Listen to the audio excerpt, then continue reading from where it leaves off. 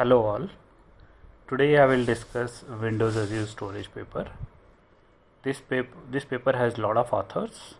I will not be able to read each one of the name. This is extremely good paper. I have learned a lot from it, and I will be sharing as much information I can in this video. Before I start, this is my disclaimer. This video is not the replacement of actual paper. I highly recommend to read this paper at least once. I am covering the high level design, and this paper has lot of details about the implementation. This video is purely based on my understanding. This video is targeted to people who have some knowledge of distributed systems. I will not be explaining the problem statement of these distributed systems, but how this paper has solved these.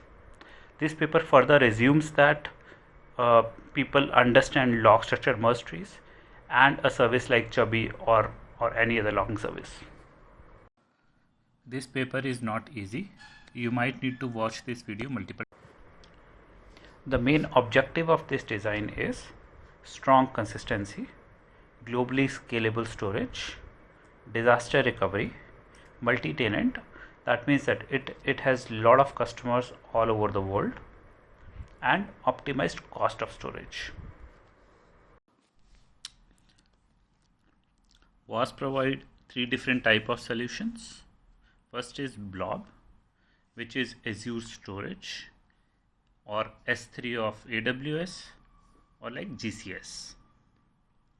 Second is Tables, which is Azure Cosmos DB or DynamoDB of AWS or Google Cloud DB of GCP. The third one is Queues, which is Amazon Service Bus or SQS from AWS or GCP PubSub. Now we will start discussing the system design in the namespaces. Namespaces is the way customers can organize their data. Namespaces are constructed such that it can refer to each element in the VAS uniquely. Namespaces help in scaling the services across multiple regions. Below is an example URL of how to refer an object. It has three main components: account name, partition name, and object name. I'll explain all of three in the coming slides. Account name. Account name is globally unique. Customers can make multiple account names depending on their use cases. All data belonging to the same account is kept in the same storage stamp. What is storage stamp is explained later. Data belonging to the same customer but different account names can be in different storage stamps. Partition name. Partition name is used to divide the data of the same account name into multiple partitions. Data of each partition is stored together and can be queried in a transactional manner. WAS doesn't allow running transactions across partitions. Partition help in scaling the number of requests for the same account. How this is actually happening, how it is helping scaling the request is explained later. Object name. Object name is used to uniquely identify the object within a partition. For blobs, object name is not required because partition name is the full blob name. For table, each row in the table has a primary key that consists of two properties: partition name and object name. For queues, the queue name itself is a partition name, and each message has an object name to uniquely identify it within the queue. Now I will discuss high level architecture. First I will discuss the components, then we will discuss each component separately. Now the two major components which is used in VAS is storage stamp and location service. In the picture here there are two data centers, one in North America, second is in Asia. In each of the data center there is one location service and one DNS and many storage stamps. We can add more storage stamps in a given data structure. We can add more data centers, and this will be handled very gracefully in the whole architecture that we will discuss later. Location service, it manages all the storage stamps. it allocates account to storage stamp and manages them across the storage stamp for disaster recovery and load balancing. It is distributed across two geographical regions for its own disaster recovery. Here we will discuss how a new account is created. Customer send a new account request to location service. He also mentioned in which DC he want the account. Location service decide which storage stamp should hold this account. It informs the storage stamp so that storage stamp can start accepting request for this account. Then it create a DNS entry from account name to virtual IP of storage stamp. Virtual IP of storage stamp is used to communicate with storage stamp. Location service also replicate this information across region for disaster recovery. So this is the whole process of creating an account. After that, customer can directly talk to DNS, get the virtual IP of the storage stamp and start communicating with storage stamp directly. So there is no need of location service after this point. So there is no need of location service for normal communication between customer to storage stamp. Location service enable VAS to increase the capacity dynamically. To increase the capacity, we can deploy more locations, regions, storage stamps and add them to location service. Location service will start using the newly added capacity. The second is location service also do load balancing between different storage stamp and move the account from one storage stamp to another to balance this load. It keep track of load, storage capacity, used capacity, etc. for each storage stamp and take the decision based on that. A typical storage stamp consists of 10 to 20 racks, where each rack consists of 18 disk heavy storage nodes. There are 3 layers in storage stamp: stream layer, partition layer and front end layer. Customer talk to front end layer talk to partition layer, and partition layer talk to stream layer. Stream layer is responsible for intra-stamp replication. Partition layer is responsible for inter-stamp replication. We'll talk about this in more detail in the coming. Stream layer works like a distributed file system within a stamp and responsible for storing, distributing and replicating the data. It doesn't understand the higher level constructs like blob, queues, tables. That is the responsibility of partition layer. That we'll be discussing later. Stream layer allow only append only operations and provide API for open, close, delete, rename, read, append to and concatenating these large files. These APIs are used only by partition layer. There are 3 major data concepts in stream layer: streams, extents and blocks. We will discuss each one of them in detail in the later slides. Stream in stream layer is equivalent to files in normal file system. Stream has a name in a hierarchical namespace maintained at the stream layer. Stream look like a big file to the partition layer. For example, here in the image, //foo is a stream name and this is maintained at the stream layer. Streams are append only and support random reads. Stream is basically an append only ordered list of pointers to extents. What are extents are explained later. So for example, here pointer to extent 1, pointer to extent 2, extent 3 and extent 4. This is the ordered list which is maintained by the stream and this is called the stream. Now only the last extent in the stream, that is E4, can be appended to. All but last extent are sealed.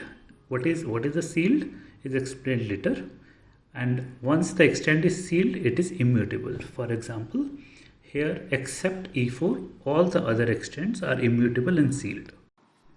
Extent is a file on NTFS. Extent is a unit of replication. Full extent is replicated across or within DC. The target size of an extent which is maintained by the partition layer is 1 GB. Partition layer tried to keep one extent close to 1 GB. To store small objects, partition layer append many of them in the same extent or even within the same block. Now, what is a block is explained later. To store large objects, partition layer break down these objects into many extents. Partition layer keep track of what object is stored where by keeping an index from object to stream, extent, and byte offset.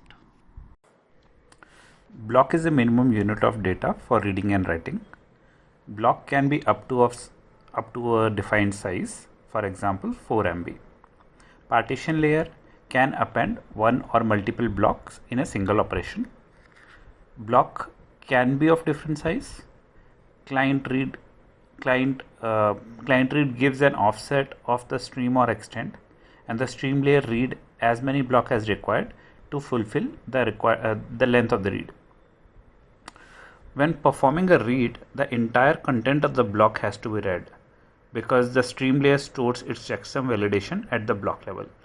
So even if you are reading a 1 byte, the whole block will be read because stream layer first validates whether the content of the block is correct by using checksum and other mechanisms, and only after that it returns the data.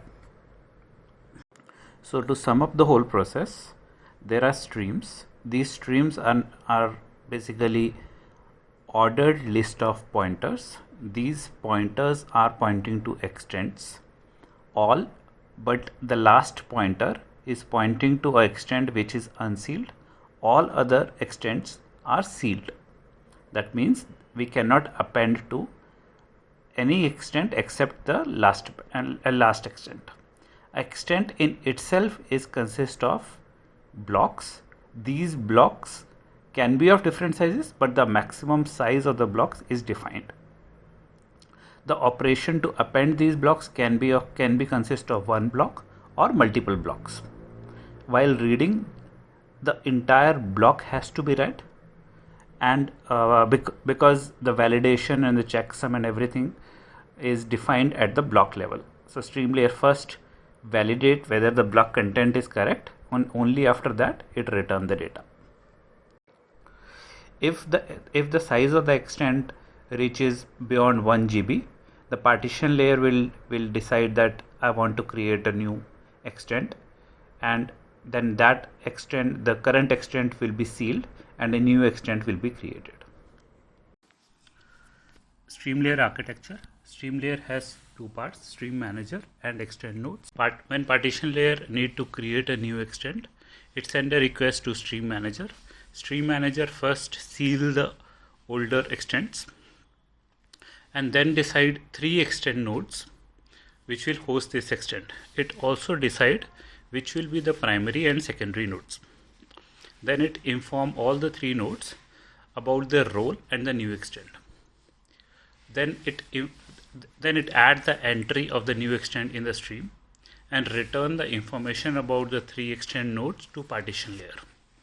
All the other communication happens between partition layer and extent nodes directly.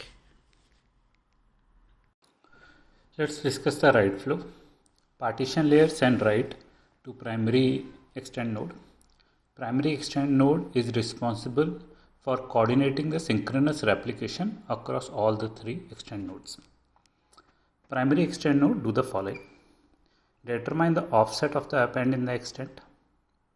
If there are concurrent write requests to the same extent, it will order all the appends by choosing the offset. It forward the append with its chosen offset to the secondary extent nodes. It returns success to the client only after a successful append is persisted to disk in all 3 extent nodes. It will respond success in the order of their offset. In case write is not successful, partition layer will ask the stream manager to create a new extent. In this way, any extent node failure is handled. Stream manager is a standard Paxos cluster. So any one stream manager server failure will not affect the service. Stream manager is off the critical path of client request. Once the partition layer get the location of extend nodes, partition layer will directly talk to extend nodes. So any reads and writes will not involve stream manager. Stream manager keep track of stream namespace, location and order of the extents in the stream, extent ceiling and extent allocation across extend nodes. Let's discuss some of the responsibility of stream manager. Stream manager maintains the stream namespace and state of all the active stream and extents. It monitors the health of the extend nodes. It is also responsible for creating and assigning extents to extend nodes. It performs the lazy re-replication of extend replicas that are lost due to hardware failure or unavailability. It garbage collect all the extents that are no longer pointed by any stream. It schedule the erasure encoding of extend data according to stream policy. Design of stream manager. Stream manager doesn't know anything about blocks, just the streams and extents.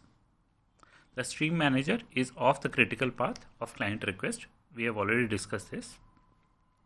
The stream and extents state within a single stamp is small and it can fit in stream manager's memory. Partition layer and stream layer are co-designed so that they will not use more than 50 million extents and no more than 100,000 streams for a single storage stamp. Let's discuss the functionality of extend nodes. Extend nodes store extents on disk. Extend nodes knows nothing about streams and only deals with extents and blocks. Primary extend nodes accept the write request and it orders them if multiple concurrent write requests are received. Primary extend node forward the write request to secondary extend nodes in the decided order. Primary extend node return the success only after receiving the successful write from all the secondary extend nodes. Now the order of the writes are same on each of the replica, and the success is considered only if the write is successful on all the replicas. This ensures that all the replicas are bit by bit same. Every extent is a file on disk which hold data blocks and their checksum, and an index which map extent offset to blocks and their location. Extend node contain a view about the extent it owns and the location of the peer replicas. Extend node only talk to other extend nodes to replicate block writes sent by the client or to create additional copies of an existing replica when told by the stream manager. When an extent is no longer referred by any stream, the stream manager garbage collects the extent and notifies the extend node to reclaim the space. Let's discuss the replication and consistency model. We will first discuss the block appends. The block append operation are atomic. Multiple blocks can be appended at once as a single atomic multi-block append operation. If the partition layer never hear back for the request due to failure, the partition layer should retry the request or seal the extent. Same block can be appended more than once in the face of timeouts. And partition layer should correctly deal with processing duplicate records. Partition layer can easily handle this type of duplicate records by applying different techniques like sequence number for transactions. Extent ceiling. Extent is of certain size like 1 GB specified by the partition layer. When extent reach its size or on the write failure, the extent is sealed at the block boundary and a new extent is added to the stream. Sealed extents are immutable and optimizations are performed to store these extents optimally. Extent in the stream can be of different sizes, but that will be close to what the partition layer has specified. Replication and consistency guarantees. Partition layer provides strong consistency and it is built on the following guarantees from the stream layer. Once a block is appended and acknowledged back to the partition layer, any later reads of that block from any replica will see the same data. Once the extent is sealed, any read from the sealed replica will always see the same content. Write replications. There are two types of replication of writes. Synchronous. This is the same synchronous write that we have previously discussed. Write replicate to 3 extend nodes synchronously at the time of append to the primary extend node. Asynchronous. Write replicate to the other location for disaster recovery. This is done asynchronously. So if the data center fails before the replication, some of the data might be lost. This slide discusses how the failed writes are handled. If write to extend fails because of any reason, partition layer contacts stream manager and stream manager seals the extent. After sealing, stream manager creates a new extent and send the information to partition layer. Partition layer starts sending writes to the newly created extent. This whole process is very fast and the user will not feel any spike in write latencies. For the sealed extent, if needed, stream manager will create new replicas to bring it back to the expected level of redundancy, and this replication will happen in the background. This slide discusses extent sealing process. Stream manager get the commit length from all the 3 replicas. Stream manager select the minimum length as the length at which the extent will be sealed. Since primary extend node returns success only after committing the value to all the 3 extend nodes, so minimum length is the maximum commit length for which primary extend node has returned success. If this length have block for which primary extend node hasn't returned success because of network failure or any other reason, partition layer will deal with it as discussed earlier. Once sealing is done, the commit length of the extent will never be changed. If during sealing an extend node was not reachable and it later become reachable, the stream manager will force extend node to synchronize this extent to the chosen commit length. Till now, we have discussed only the write operation from partition layer. Now we will discuss the read operation from partition layer. There are 2 types of read operations. 1, reading data from a particular location. 2nd, sequentially reading the whole stream. Now, reading recorded in one location. Partition layer read from row and blob streams by specifying the extent, its offset and the read length. What are row and blob streams are explained later. Partition layer will read from these 2 streams using the location information returned from a previously successful append at the stream. Iterate all records in a stream. Each partition has 2 more streams, metadata and commit logs. The partition layer will read these streams sequentially from start to end. This operation only occurs during partition load. Now during partition load, the partition layer ensures that no useful appends will happen to these streams from the partition layer. At the time of partition load, the partition server sends a check for commit length to the primary extend node of the last extent of these 2 streams. This check whether all the replicas are available and if they all have the same length. If not, the extent is sealed and only the reads are performed during partition load. This means that either the extent will be sealed or the extend node will not accept any write request from any other partition server. Now we will discuss the partition layer. Partition layer provides the following: data model for different type of objects, logic and semantics to process different type of objects, massively scalable namespace for these objects, load balancing to access these objects across the available partition servers, transaction ordering and strong consistency for accessing these objects. Partition layer data model. Partition layer provide an important internal data structure called an object table. Object table is very similar to BigTable of Google. An object table is a massive table which can grow to several petabytes. Object tables are dynamically broken up into range partitions based on traffic load to the table and spread across partition servers in a stamp.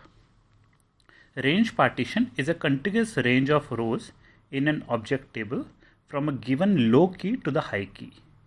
All range partition for a given object table are non-overlapping and every row is represented in some range partition. These are the object tables used by the partition layer.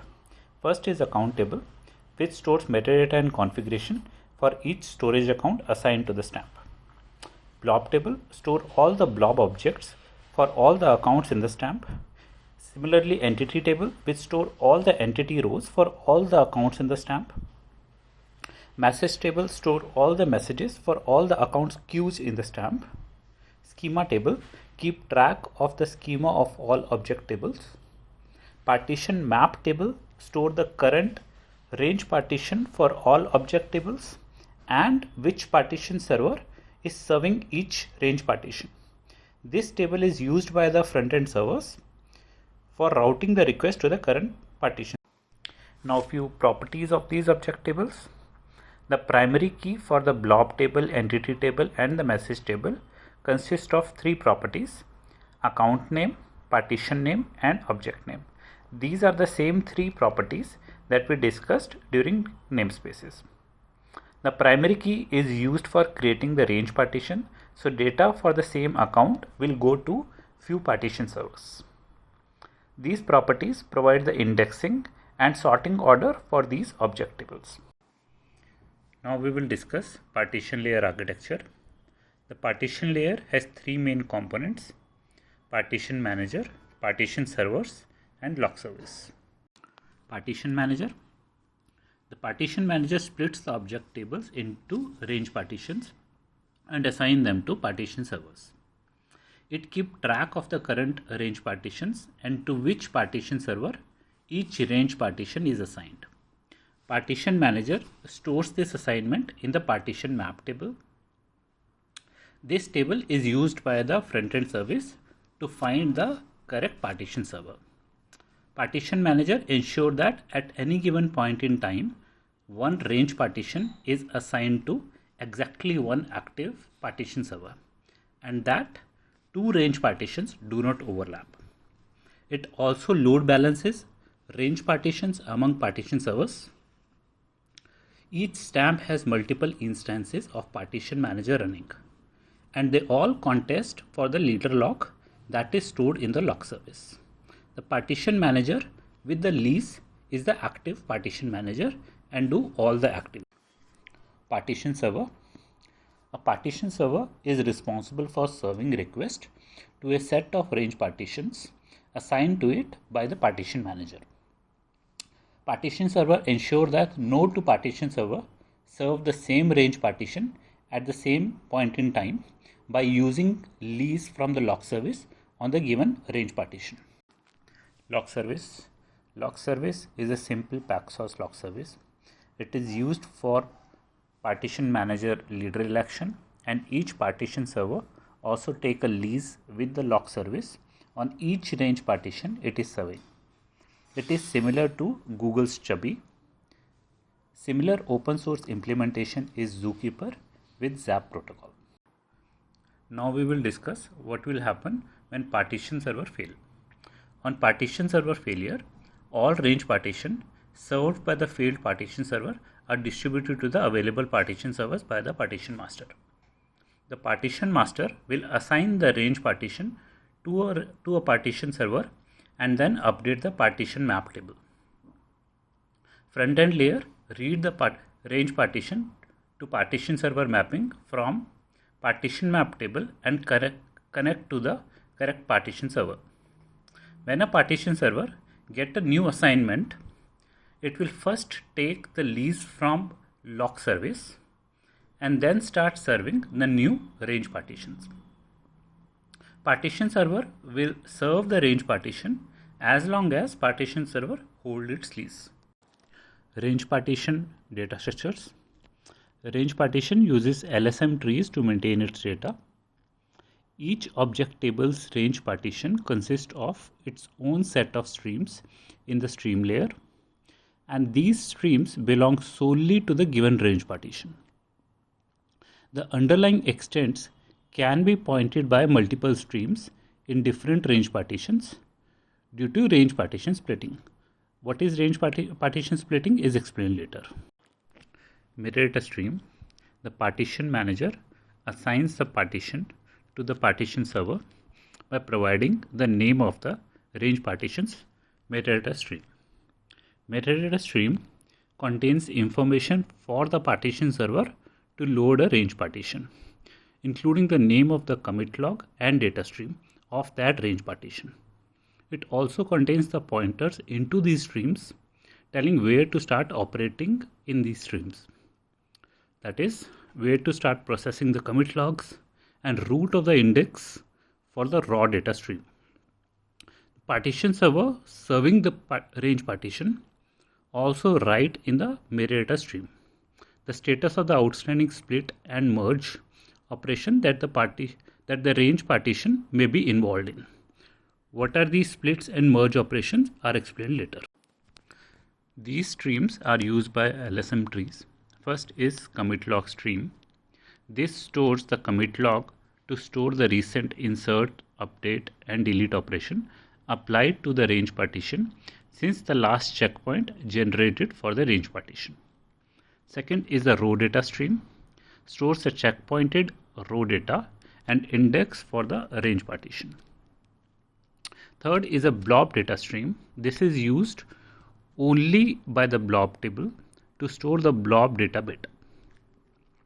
Range partition in blob table has a row data stream for storing its row checkpoint data, that is blob index, and blob data stream for storing the blob data bit. These are partition server in-memory data structures. Partition server also maintain in-memory data structure for the proper functioning of LSM trees. These structures are memory table, row cache, index cache and Bloom filter. These are same as the other LSM trees. Partition server data flow. It works like a normal LSM tree. Write goes to memory table and commit log stream. When memory table or commit log size is large, data in memory table is checkpointed and inserted into row data stream. Partition server periodically merge old checkpoints into larger checkpoints and then remove the older checkpoints via garbage collection. This slide explains how the blob data is managed. We store the blob data directly into the commit log stream, but blob data bits are not part of the row data, so they are not inserted into the memory table. The blob type property of the row tracks the location of the blob data. During checkpointing, the extents that are removed from the commit log are concatenated with the range partition's blob data stream. Extent concatenation is a fast operation provided by the stream layer. We will discuss this. This slide explains the operation used by partition manager for load balancing. The partition manager performs three operations to spread the load across partition servers and to control the total number of partitions in the stamp. First is load balance. This operation is used when a given partition server has too much traffic, and it reassigns one or more range partition to less loaded partition server. Second is split. This operation is used when a single range partition has too much load. Partition manager splits that range partition into two or more smaller and disjoint range partitions, then reassigns them across two or more partition servers. Third operation is merge. This operation merges together cold or lightly loaded range partitions that together form a contiguous key range within their object table. Merge is used to keep the number of range partition within a bound proportional to the number of partition server in the stamp. Again, split and merge are very fast operation, and these are explained later. Here we will discuss how partition manager made his decisions. The partition manager maintains heartbeat with each partition server. Partition server send metrics like CPU load, transaction per second, etc. for each range partition in response to the heartbeats. If the partition manager sees a range partition that has too much load based on these metrics, then it will decide to split this partition. If partition server has too much load, but no individual range partition seems to be highly loaded, the partition manager will take one or more range partitions from the highly loaded partition server and reassign them to a lightly loaded partition server. This slide discusses load balance operation. Now in load balance operation, one or more range partition are transferred from one partition server to another. It starts by the partition manager sending an offload command to the partition server which is currently serving the target range partition. Partition server write the current checkpoint before offloading it. Once complete, the partition server acts back to the partition manager that the offload is done. The partition manager then assigns the range partition to its new partition server and updates the partition map table to point to the new partition server. The new partition server loads and starts serving the traffic for the range partition. Now the loading of range partition on the new partition server is very quick since the commit log is small due to checkpoint prior to the offload. Split operation. Split operation is when one range partition is divided into multiple range partitions. Partition manager tells partition server serving the range partition to split based on load or size. The partition manager makes the decision to split, but the partition server chooses the key where the range partition will be split. To split based on size, the range partition maintains the total size of the object in the partition and the split key value where the partition can be approximately halved in size. If the split is based on load, the partition server chooses the key based on adaptive range profiling. The partition server adaptively tracks which key ranges in the range partition have the most load and uses this to determine on what key to split the range partition. Now, adaptive range profiling is a different paper. You people can search and read about this paper yourself. This slide discusses split process of splitting range partition B into C and D. The partition manager instructs the partition server to split B into C and D. This is the same partition server which is currently serving B. The partition server in charge of B first checkpoints B, then stops serving traffic briefly during step 3. The partition server uses a special stream operation called multi-modify to take each of B's stream, that is metadata, commit log and data, and create new set of stream for C and D with the same extents and order as in B. This step is very fast since a stream is just a list of pointers to extend. The partition server then appends the new partition key ranges for C and D to their metadata streams. Partition server starts serving requests to the two new partitions C and D for their respective disjoint ranges. Partition server notifies the partition manager of the split completion, and the partition manager updates the partition map table and its metadata information accordingly. This slide discusses the merge process of two adjacent range partitions C and D to E. The partition manager moves C and D so that they are served by the same partition server. The partition manager then tells the partition server to merge C and D into E. Partition server perform a checkpoint for both C and D and then briefly pause traffic to C and D during step 3. Partition server uses a multi-modify stream command to create a new commit log and data streams for E. Each of these streams is a concatenation of all the extent from their respective stream in C and D. This merge means that the extents in the new commit log stream of E will be all of C's extent in the order they were in C's commit log stream, followed by all the D's extent in their original order. This layout is the same for the new row and blob data stream for E. The partition server constructs a metadata stream for E, which contains the name of the new commit log and data stream, the combined key range for E, and the pointers for the start and end of the commit log regions in E commit log derived from C and D, as well as root of the data index